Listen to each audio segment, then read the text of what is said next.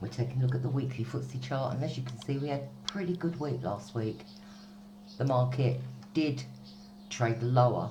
Initially, we traded down to 70.79 on Monday, and then the rest of the week, really, we just went higher, culminating on the move on Friday.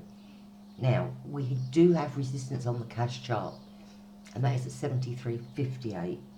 If we look at what is going on pre the open, we're trading at the moment at 73.68, so we are above that. But obviously we've really got to take out significant resistance, and that is coming in at 73.72 to 73.76. If you look at that line here, you can see that this week it's coming in at 74.34. So if we do manage to get above this lot here, then obviously we're going to try for the top side and move higher. The cash does have its Fibonacci level at 73.58, as I've said to you.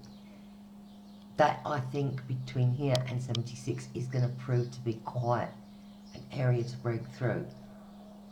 If you look at the weekly charts, although they're still pointing lower, they are turning positive from neutral levels. So let's take a look at the daily. Now, the two levels that we're going to watch on the downside this week, we've got the weekly pivot, and that's coming in at 72.53. Today's pivot is coming in at 73.17. So we are trading above that at the moment. Now, the line we had on the weekly chart, if you can see this big line over here, taken from way back when, you can see that that is also coming in today at 74.30. So if we do manage to get above that 73, 76 area, that's where we're going to head for.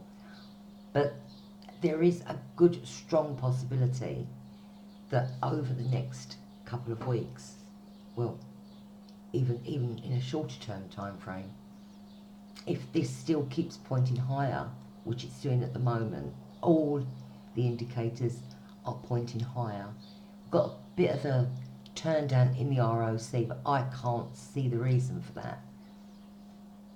But if we do manage to take out this significant resistance up here, we're going to go back and test the highs, which you can see are at 75.29, and the 75.29 area is where we went to on the 23rd of April.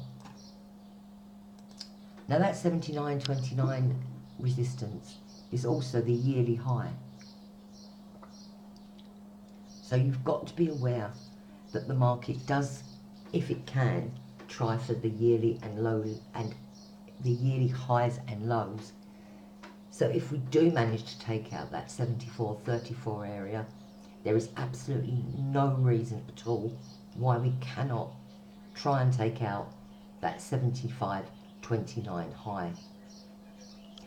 I don't think that that is going to yield easily, because you're going to see that the indicators at that point should be overbought. Now, we can't say this has just been ranging, because quite frankly it didn't range at all last week. It just went higher, and it's had every opportunity to go down. And I think if you look at the beginning of the week, the rejection of those lower levels really sort of told us something, and the fact that it stayed above my trend line here was another pointer that the market would trade higher.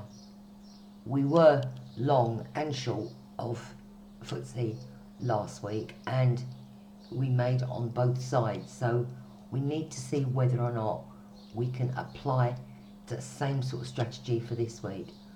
I think at the moment it is a case of buying into weakness down to 73.17, and if that yields, you can see this intersection here coming in, as we all know where the support is, at 72.90.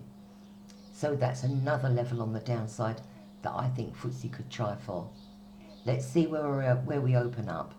if we do take out 73.58 on the open, and we do take out 73.76, then we know that we're going to trade higher, and in all probability go for the yearly highs.